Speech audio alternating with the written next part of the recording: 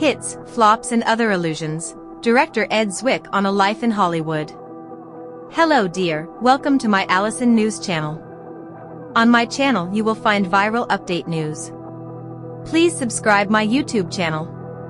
If you were making a movie about Ed Zwick, the Oscar-winning producer and director of various huge films, Act 1 would definitely feature the American Film Institute in Los Angeles as a backdrop.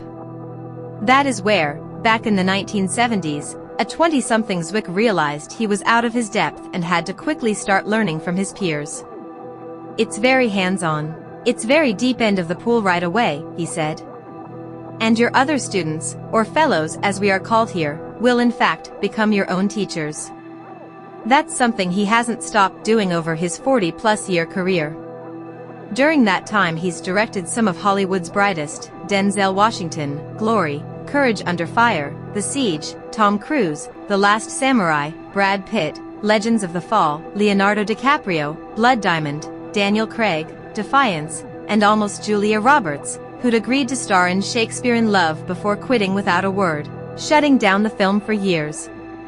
It's all recounted in Zwick's new book, Hits, Flops and Other Illusions, Gallery Books, The Good, the Bad and the Ugly of Working in Hollywood. It's a crucible, Zwick said of filmmaking.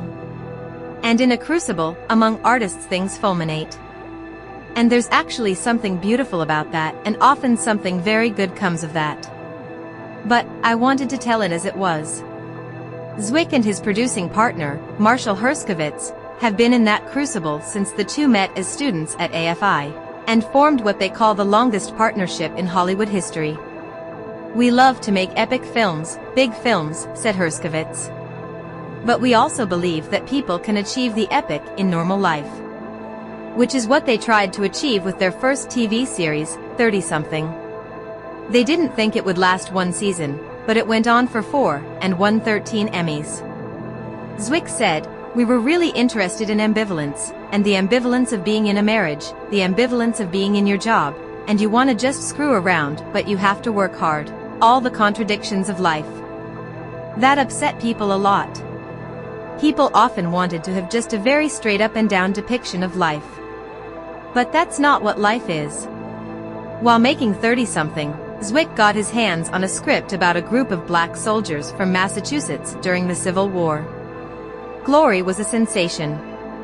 But battles on screen were matched by battles behind the scenes with, of all people, Matthew Broderick's mother, whom Zwick says fought for the director to enlarge the role her son was playing, that of the white leader of the African-American regiment. It was an early lesson for Zwick in when to compromise, and when to hold your ground. At the point when gotten some information about exploring the world as an innovative and realizing when to battle for something and when to understand it's not worth the effort, Zwick answered, "I couldn't say whether this is good for CBS TV, however there's a sonnet by E. E. Cummings. What's more, the last line of the sonnet is, there is some S***T I won't eat." In any case, that likewise proposes that there's a universe of S***T that he will eat. Furthermore, it is truly vital to need to go with that choice. Herskovitz said of Zwick's movies, individuals cry in those motion pictures. They are impacted by the film. They recollect the film. Yet, to give a significant encounter, you need to put a ton of things together. Also, I feel that is what Ed does so splendidly. You must have an extraordinary story, you must have an astonishing feeling of projecting. Then, you need to know how to manage these exceptionally unique individuals who will go out there and be the substance of this film. Furthermore, I think in the book he persuasively discusses the various ways you need to deal with various individuals. Assuming that the film about Ed Zwick has a reprobate, it very well may be Harvey Weinstein, who wound up purchasing the Shakespeare in Adoration script that Zwick had so affectionately grew, then held him back from getting to the mouthpiece on the Oscar stage when it won Best Picture. Just in Hollywood, could you at any point wind up genuinely regretting something you should feel super great about, Zwick said. Yet, it ended up being quite significant for me later. It wasn't necessary to focus on decency, fundamentally. It was about difficult work and understanding what you've done, and afterward continuing on, that you will get wrecked. There is a mercilessness around here that you need to acknowledge as far as the ideas of what occurs. Furthermore, what do you do then? Do you get up? What's more, could you at any point continue onward?